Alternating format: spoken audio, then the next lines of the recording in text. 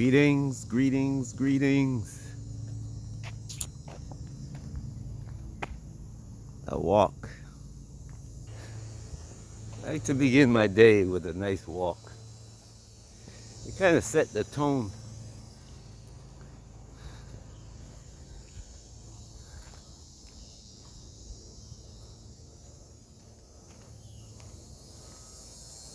For what I hope my day would be.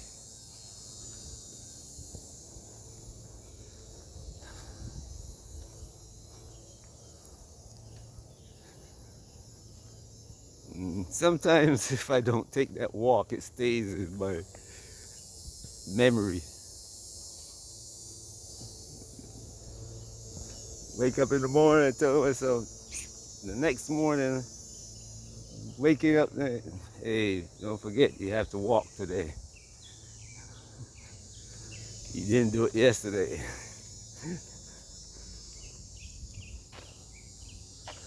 And when I got to walking,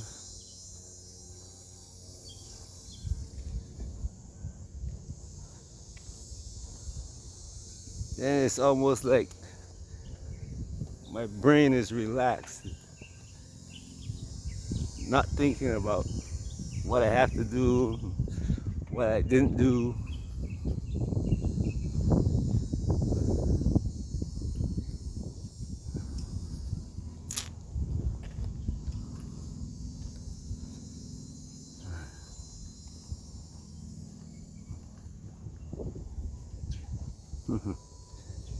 Oh,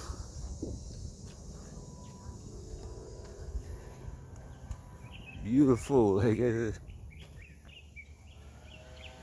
walking, I hear this, the birds singing.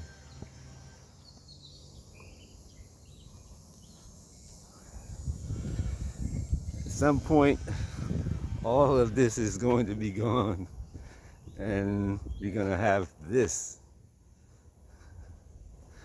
with these. All the morning, all the diversity and the trees and all that. You have one tree.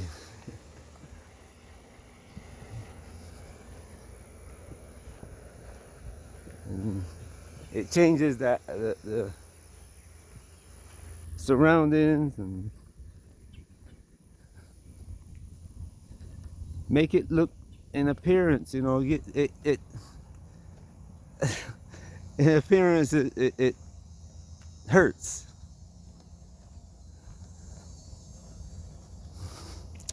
But there's some people who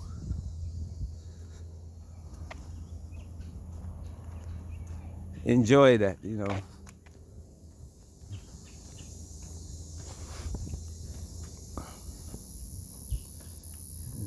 when they lose it, it's like they're lost. You know, I grew up in a place where you didn't see this. When I say this, I mean grass. People I grew up around always had fruit trees in their yards.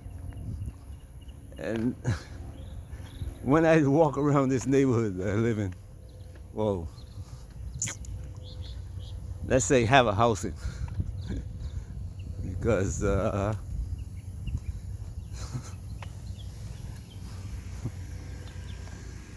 there's also Africa where we have a house there.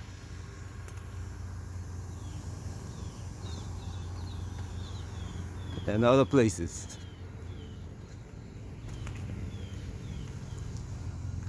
Because we got family in places, different places around the world. Anyway, when I walk around this neighborhood and I see banana trees, guava, sugarcane, gunga, I know somebody from the Caribbean lives there. I just know it.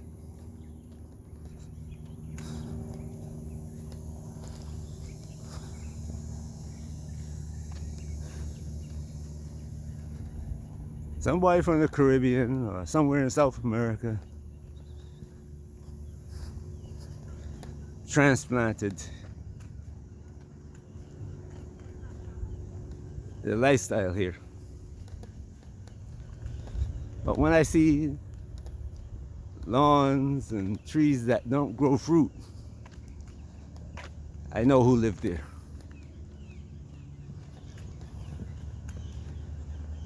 And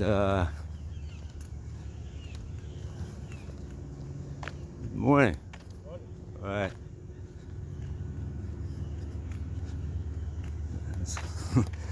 So it happens that, man, everywhere we live in the world, everywhere we go in the world, wherever we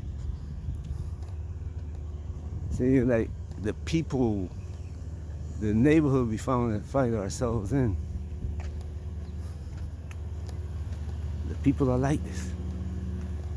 But I've been to neighborhoods where people don't talk to each other. Good morning. All right. People don't talk to each other.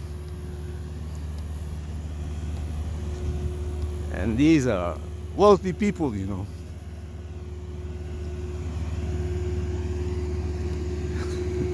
When I say wealthy, I don't mean that they could only afford to buy food, you know.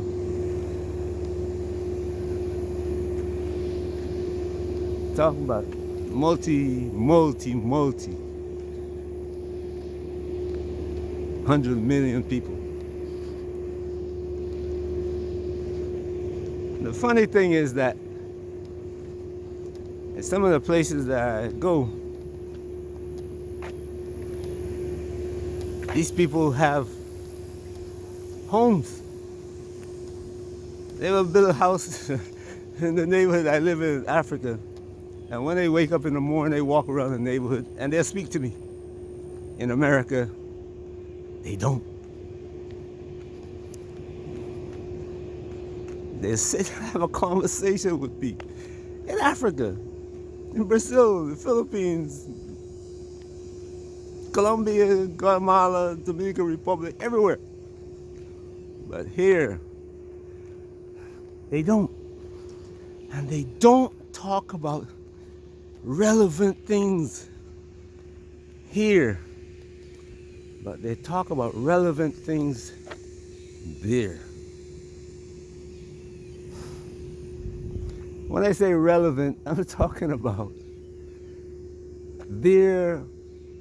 what they see happen to society, how they protect themselves. They will tell me things that they do. Say, look, I bought a house here because I can see what's happening in America and England. And I can't deal with that. And these are people who have money that can live in Switzerland.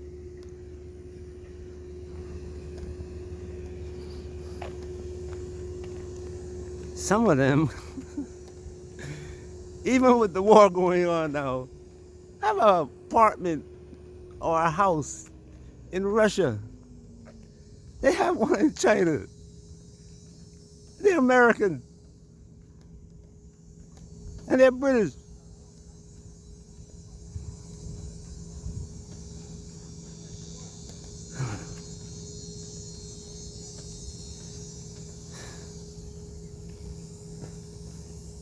Understanding, I'm using the wrong word though. I asked my Rasta brothers to forgive me for that word. But comprehend. And the Rasta said overstand.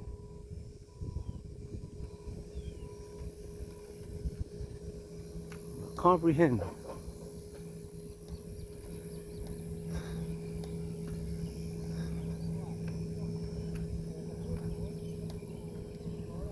It's the mindset. Because I talk to you and said wherever you are, you cultivate that family, you know.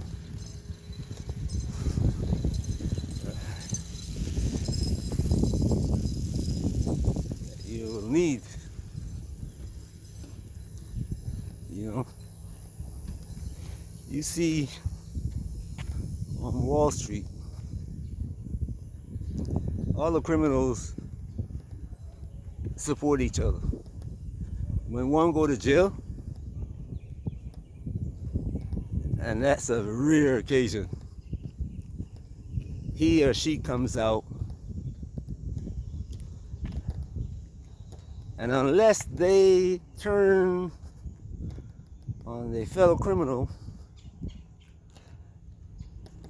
they come out and live a very good life.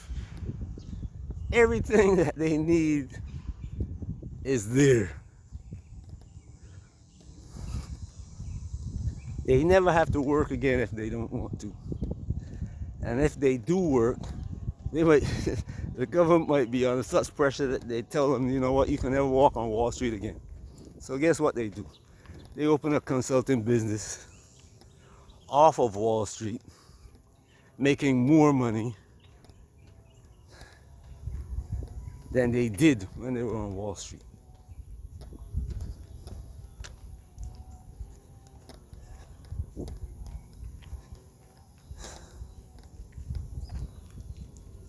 If you look at the name and the culture that they say they came from, you'll find out that they're the same people.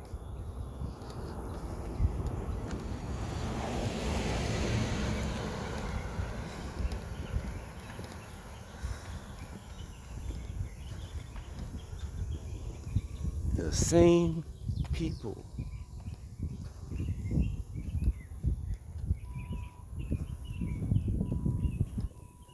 I say name and culture because you look at a name, an English name.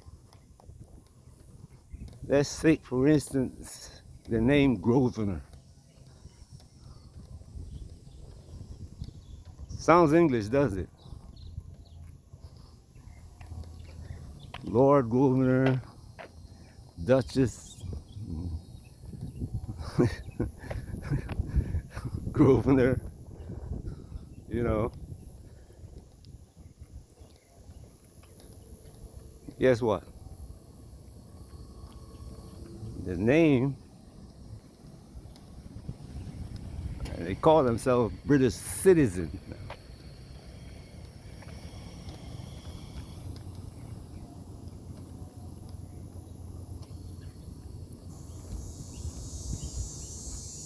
But if you dig deep enough, you'll find out that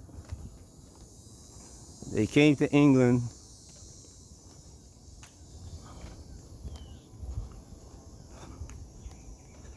long time ago, skin as black as asphalt. Slowly, the skin color changed. Different man.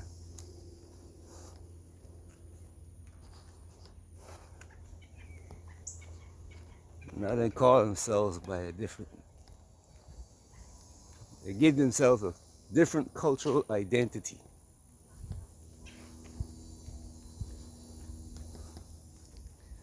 Well, that's the way it is.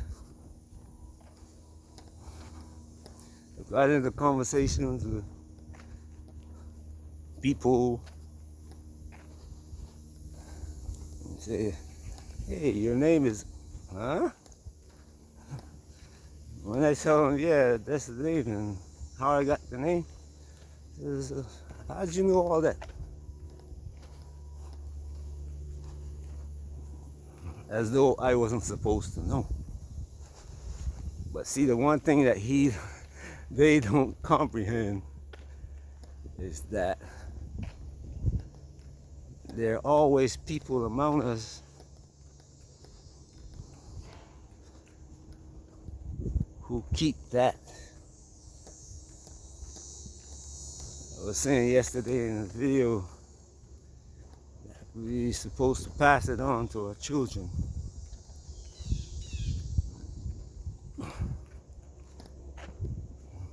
No matter where we go,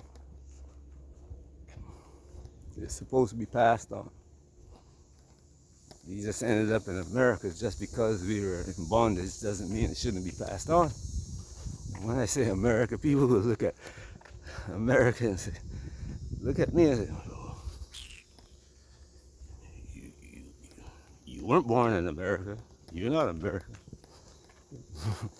You tell America that the Caribbean don't belong to them, and you see what happens. Right now in Venezuela, they got wash it down. They say, hey, this is our oil.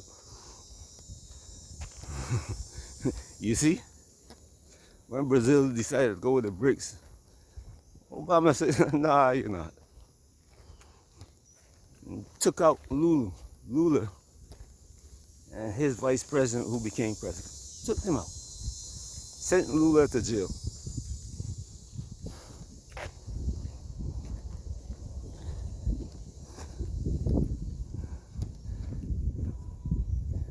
You hear the saying, America's backyard. Your front yard, your house, the house is America. The front yard belongs to America, the backyard belongs to America. But let people play this stupid, games, gymnastics. Sometimes I ask them a question and they get upset. And they have to ask me questions back. They say, yeah, they frame the questions right.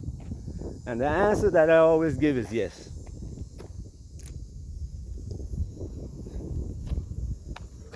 Because they want to hear yes.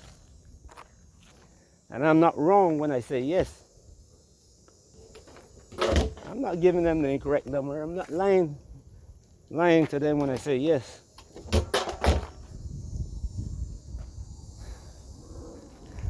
And they will feel proud of themselves.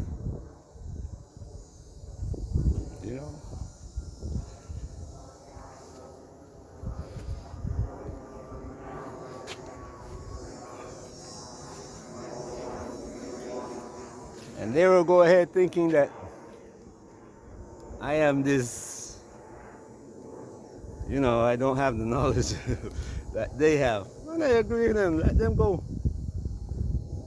We all have different knowledge. Some of the things that they know, I don't. I never berate them or say, hey, I know what I know. The funny thing is, I know what I don't know. And I don't know what I know. Those of you who can comprehend what I just say, stay safe. Have a great day wherever you are. And like I was saying, those people who you meet, some of you might have experienced it. Same people don't speak to you in America, but in Africa, guess what they're doing? They're talking to you. And I'm going to repeat what I said yesterday. Bags forming a community, or the people in Gambia and around that area forming a community.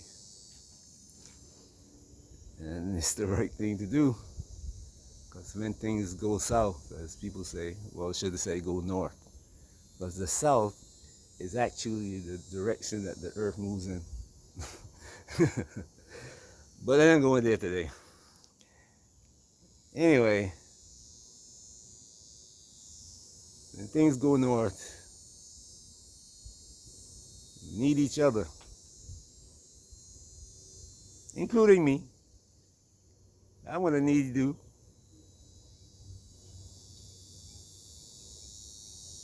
And notice I say need, not want, need. Because we all have something different that the whole group can use. Some people are doctors. I know a little bit about medicine, but I'm not a doctor. Some people will need mechanics. I know a little bit about cars, but I'm not a electricians. I know that, but I'm not a, what do you call it now? Uh, see that pole over there with a transformer on it? FPL is not going to call me to install one of those. I know how to do it. See that? I know how to build one of those.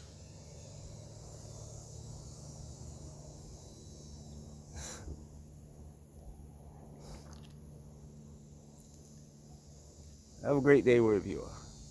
We all gonna need each other. Peace.